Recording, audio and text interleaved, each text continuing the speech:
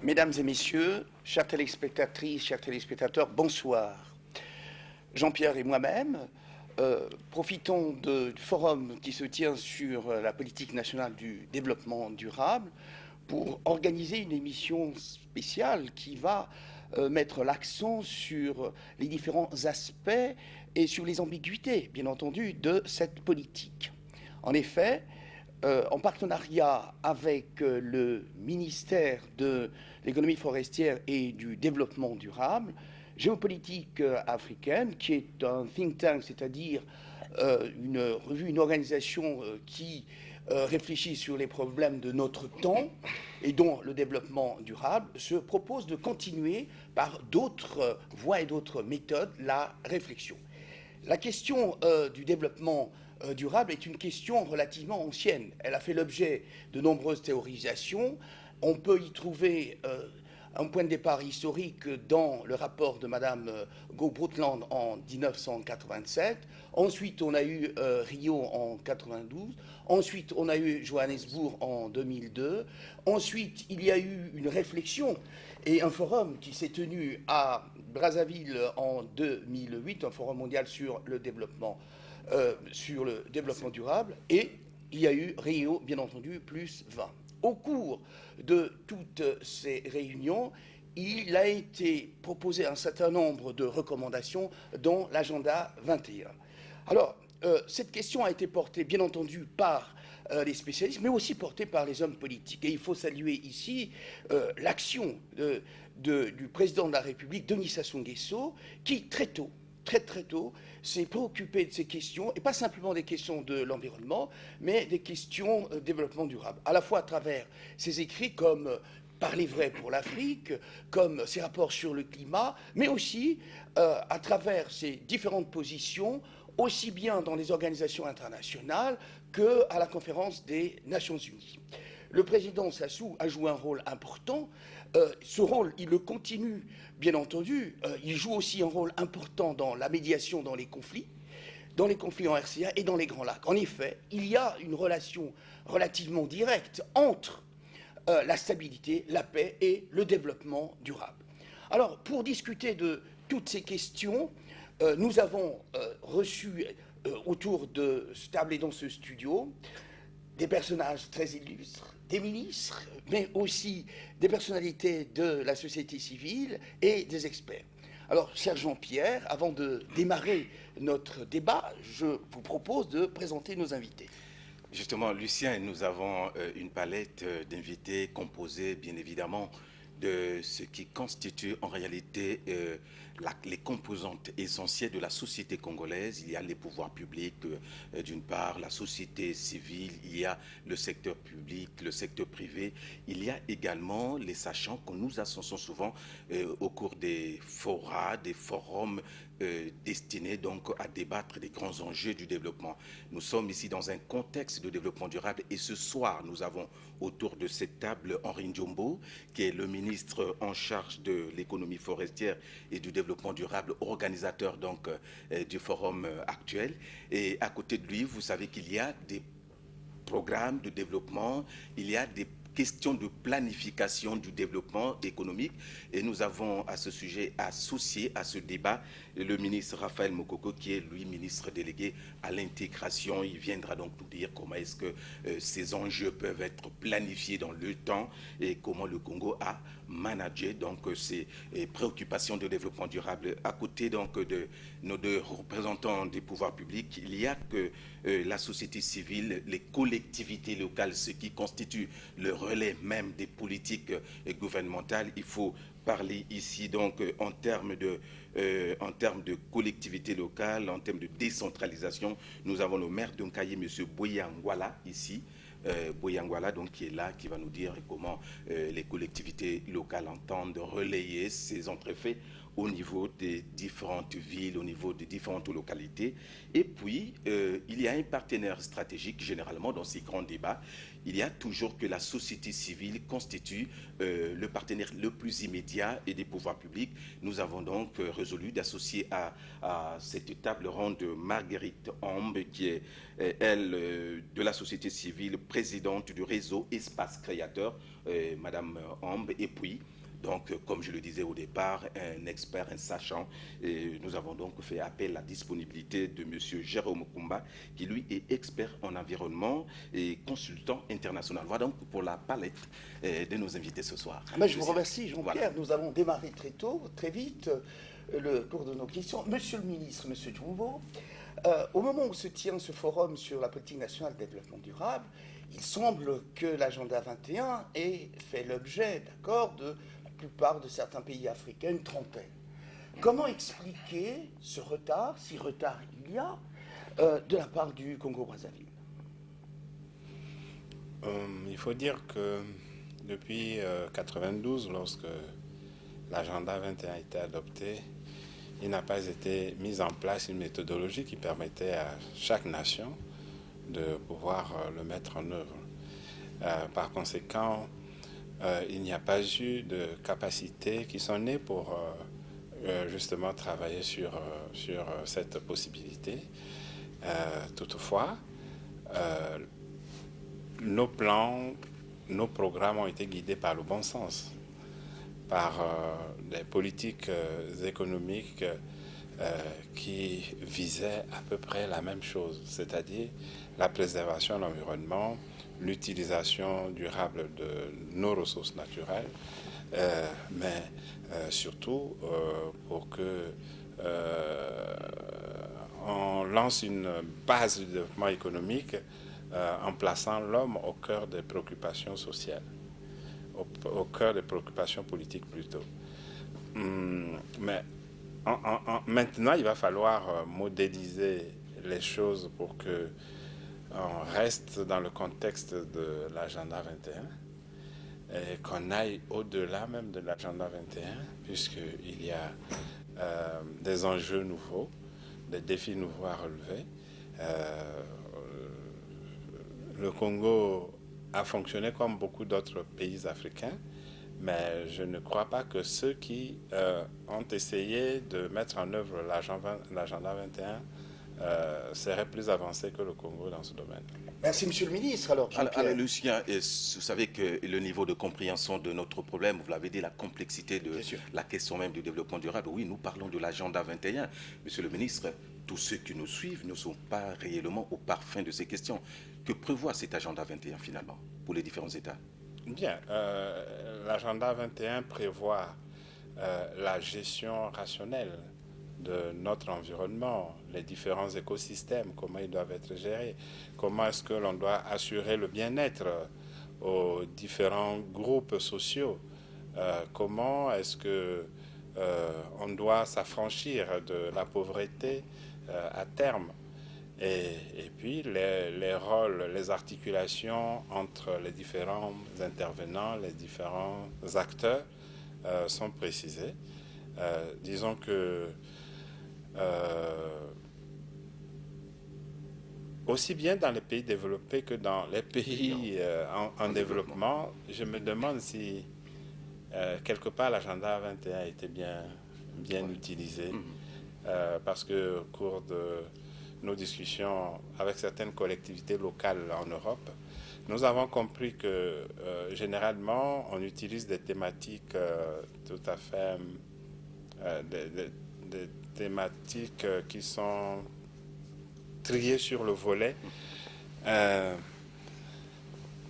et on ne va pas à l'essentiel du développement durable, parce que l'agenda 21 c'est la base du développement durable, et malheureusement on prend ces choses-là par des petits bouts, ce qui montre qu'il n'y a pas de capacité partout avérée en ce qui concerne la mise en œuvre du développement durable. Alors Jean-Pierre, on voit bien que la question est relativement difficile, complexe, oui. Elle est complexe, mais elle est aussi transversale, puisqu'elle traverse, et le ministre l'a dit, les problématiques sociales. Alors, monsieur le ministre, problématiques économiques, voilà, les problématiques économiques du développement, mais il y a aussi des problématiques sociales.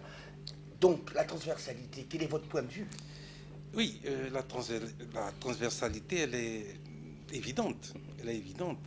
Mais lorsque les pouvoirs publics se sont invités à la table du développement, il y en a qui ont réussi à assurer un développement réel de leur pays, c'est-à-dire assurer le bien-être des populations dans un environnement sain. Il y en a aussi qui ont raté le coche pour la simple raison que les questions de durabilité de développement n'ont pas été assurées. Alors, pour notre part, nous avons une doctrine, nous disons ceci, l'économie, l'homme et son environnement. En prenant les trois ensemble, l'homme au niveau individuel, sa responsabilité, la région, leur responsabilité, la nation, la région au sens communautaire, le continent, le monde. Et voilà, vous voyez qu'il y a nécessité d'une harmonisation des politiques de développement durable, parce que ce sont des questions qui concernent tout le monde entier. Et que la coordination de ces programmes, de cela dépendra le vrai développement durable. Nous avons élaboré un plan national de développement et nous avons tenu compte, naturellement, dans différents secteurs, le volet développement durable, dans les deux volets, la conservation, mais également le risque qu'il faut prendre en ligne de compte de ce qu'est le réchauffement. Ce sont les deux éléments essentiels pour lesquels il ne s'agit pas d'accélérer la production pour détruire l'environnement, mais faire une exploitation responsable, en cohérence ou en cohésion avec les nécessités de l'économie. Et c'est en cela que nous pensons que cette dimension de transversalité, bon, je ne rentrerai peut-être pas dans la dimension d'explication technique ou économique ou économétrique, en disant que la mesure de l'impact, environnemental dans l'élaboration des stratégies sectorielles, des politiques sectorielles, des actions qui sont menées au niveau sectoriel doit être prise en compte dans le plan de développement. Alors donc ça sous-entend, Monsieur le ministre, qu'il faut intégrer la dimension planification à ce niveau. Projection du développement pour garantir un avenir radieux, comme on le dirait. Absolument. Il y a beaucoup d'aspects là-dedans. Nous avons la technologie à notre disposition, nous avons les données géographiques, nous avons les calculs automatiques, nous avons l'informatique, et nous avons pas mal d'éléments qui nous permettent aujourd'hui d'avoir la réelle dimension de ce que nous devons prendre en ligne de compte pour assurer la bonne exécution des projets en respectant les lois de la nature. Alors, Jean-Pierre, on vient de le voir, Lucien, c'est une question fondamentale. Donc, elle ne concerne pas, comme on pourrait le penser, que les ministres ou les ministères. Les gouvernants, ou les gouvernants, comme on dit. C'est une question, j'ai posé la question de la transversalité, qui concerne l'ensemble des composantes. Alors, Lucien. monsieur le maire, vous qui êtes un des responsables de cette composante au niveau régional, quelle est votre position? Merci, monsieur le journaliste. Je voulais d'abord remercier et saluer le ministère de l'économie forestière et du développement durable de nous avoir associés à cette réflexion nationale. Je pense que nous qui vivons au quotidien tous les aspects de la vie de nos populations sommes tout à fait contents d'être invités et nous pensons participer à cette politique qui devait se mettre et probablement à la stratégie du développement national du développement durable. Alors, oui, allez-y. Non, je vous l'ai dit que nous sommes d'abord contents d'être là et comme le débat est ouvert, mais nous sommes là. Vous êtes donc prêt à relayer un peu toutes les décisions éventuelles pour les faire bénéficier aux citoyens de vos collectivités respectives au niveau des départements? Monsieur Jean-Pierre, je crois que vous l'avez dit, nous sommes le relais Tout à fait. du gouvernement, de la politique gouvernementale. Et donc, dans ce contexte-là, nous sommes les mieux placés, non seulement d'apporter les éléments essentiels au gouvernement, mais aussi de remettre, de transmettre effectivement la politique du gouvernement en la matière, notamment aujourd'hui, cette notion de ce concept de développement durable. Donc, Lucien, il y a comme, disons, de petits relais, des passerelles à ce niveau Et oui. entre les décisions qui sont prises au sommet et donc leur implication directe au niveau des collectivités locales. Ils sont donc comme en interface. Madame Ombe constitue également un élément déterminant. La société civile, présidente de l'espace créateur, vous êtes là. Et généralement, on vous voit et vous êtes toujours là comme en négociation, des partenaires directs des pouvoirs publics. Un tel questionnement du développement durable, une telle question, vous interpelle-t-elle, vous, en tant que société civile? Bien entendu, parce qu'en fait, en tant que partie prenante, Micro. Voilà, en tant que partie prenante justement de la société, nous sommes partie prenante, vraiment. Parce qu'il y a le secteur public, il y a la société civile de façon générale, mais aussi le secteur privé.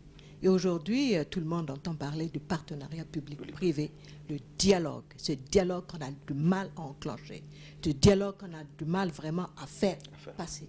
Mais vraiment, c'est difficile. Et aujourd'hui, on tourne en rond. Alors, comment ça va se passer? Comment on va y arriver?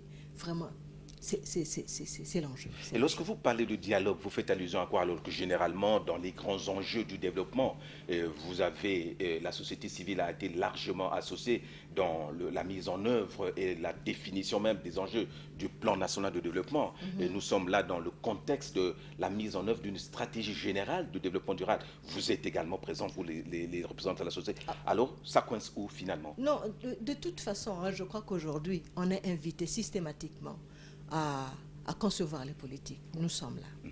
Et deuxièmement, on nous invite aussi à aller valider ce que les experts ont dit ensemble avec les partenaires du secteur public, secteur privé, la société civile. Mais ce qu'on remarque souvent, c'est que ce qui en sort n'est pas forcément ce qui a été dit ou ce qu'on a fait. Et c'est là où le bas blesse. Et on est toujours en train de dire, oui, d'accord, on est là, on a validé. Mais la mise en œuvre, il y a quelque chose qui tourne pas. Il y a quelque chose qui va Nous pas. arrivons donc à la mise en œuvre, Madame Ombe. Voilà, Bien sûr. vraiment, il y a quelque chose qui ne Voilà. va pas. Sur la Et mise c'est en là œuvre. où vraiment ça... Bien sûr. Mais Lucien, il y a comme une incompréhension. Nous avons l'expert ici Oui. qui va peut-être nous donner un peu d'éclairage dans la compréhension même. La tendance, c'est que lorsqu'on parle du développement durable, on a tendance à ramener la question à la problématique de l'économie forestière, simplement l'environnement et puis la forêt. Tout à fait. Alors, justement, Monsieur Jérôme Koumba. Alors, Oui. il faut préciser que M. Jérôme Koumba, pour nos téléspectateurs, c'est le directeur du GS Environnement. C'est d'abord un praticien qui a travaillé longtemps pour les collectivités locales, pour les États. C'est un consultant international. Il est donc à la synthèse, au phasage à la fois de la théorie et de la pratique. Il va donc nous donner la définition, faire la différenciation Jean-Pierre, entre comment doit-on et pourquoi doit-on différencier une politique de l'environnement et celle du développement durable, monsieur Koumba. Très bien, merci. Micro, s'il vous plaît. Oui, merci. Déjà, il y a un grand mérite pour votre table ronde, la présence de deux éminentes personnes, ministère de l'économie forestière et du développement durable, ministère du plan. Ça fait une conjonction essentielle et déterminante pour le développement durable. Mais maintenant, comment est-ce qu'on est arrivé à faire valoir ou à mener sur un piédestal l'environnement ou l'économie forestière, alors que quand nous parlons aujourd'hui des développement durable, il est fondé sur trois piliers. L'économie, le social, l'environnement, on va même jusqu'au culturel, socio-culturel, ça devient un brassage. Alors, donc, forcément, votre question, elle arrive à propos pour donner un éclairage, en fait, hein, et éviter les quiproquos et les amalgames. Donc, l'idée, c'est laquelle? C'est qu'à un moment donné, Madame Ombe a dit une chose qui m'a interpellé, qui est intéressante. Elle a énoncé le fait qu'à un moment donné, lorsque les organisations de la société civile sont conviées dans les sphères de décision, ce qui en sort n'est pas forcément le reflet des discussions, des échanges ou des négociations. Ça fait source de frustration quand même. Tout à fait. Conclusion.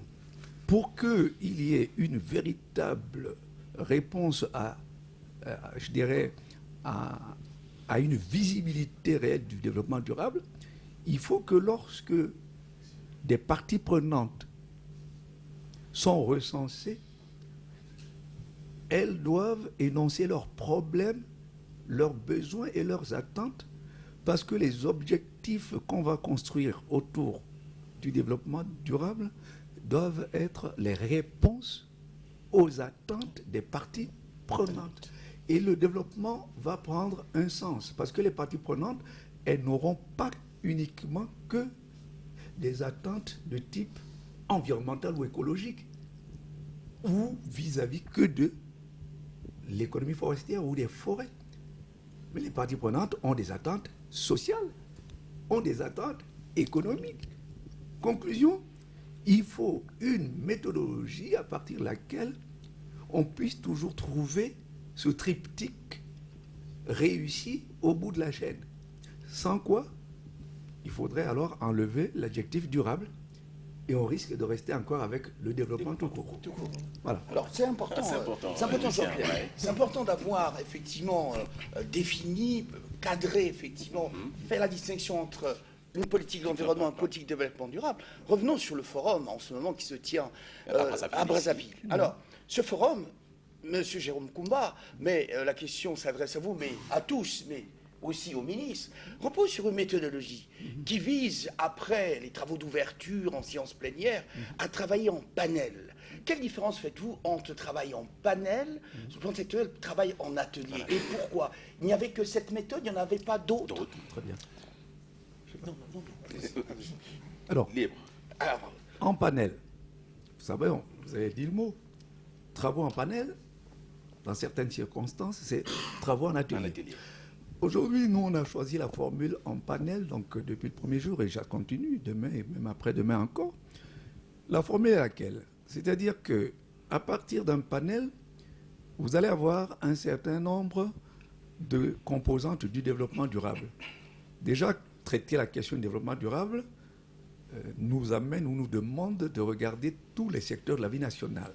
Vous avez l'éducation, le logement, les forêts, l'élevage, la pêche, l'agriculture, tout ça. Transport. Voilà, le transport. La gestion des déchets. Voilà. Et donc, en panel, nous ne sommes pas appelés à traiter une seule thématique. En atelier, on vous avise et on vous dit, voilà, vous allez parler exclusivement que du thème éducation.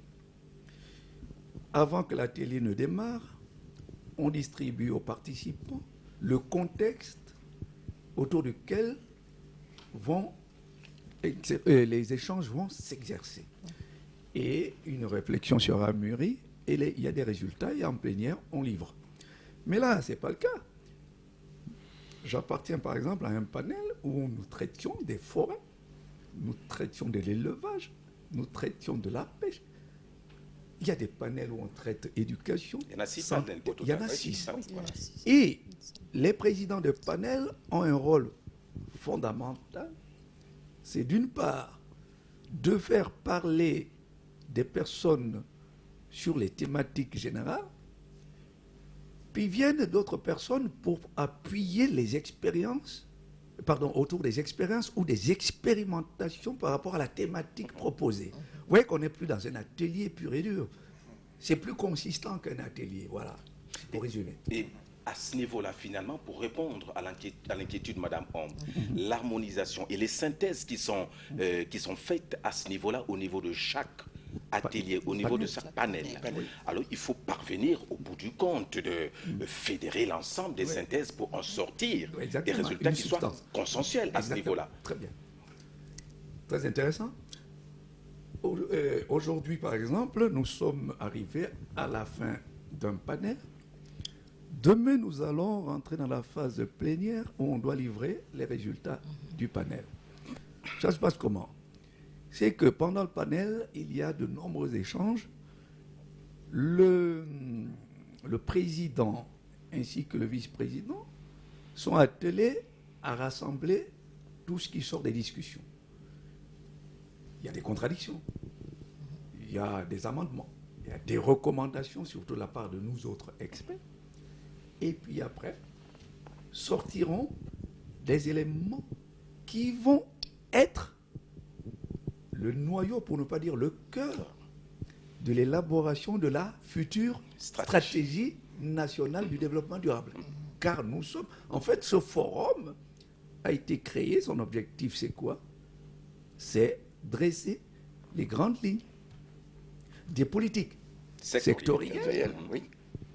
qui devraient, dans l'avenir, intégrer les principes du développement durable en vue alors d'élaborer la stratégie nationale de développement Très durable. bien. Mais justement, Jean-Pierre, Oui, nos téléspectateurs peuvent être confrontés à une sorte de contradiction. tout à fait.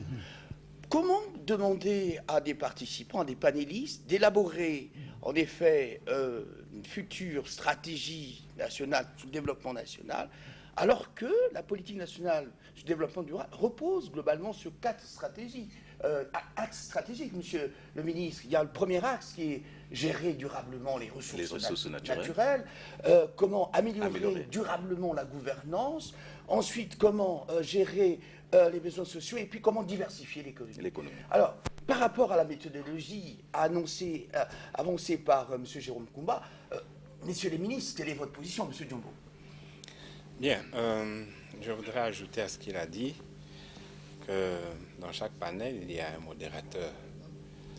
Et le modérateur, après les présentations qui ont été faites par le présidium des thèmes, complétées par lui, a pour mission justement d'interroger les panélistes, parce qu'ils sont 2, 3, 4, 5, et chacun doit répondre à des questions.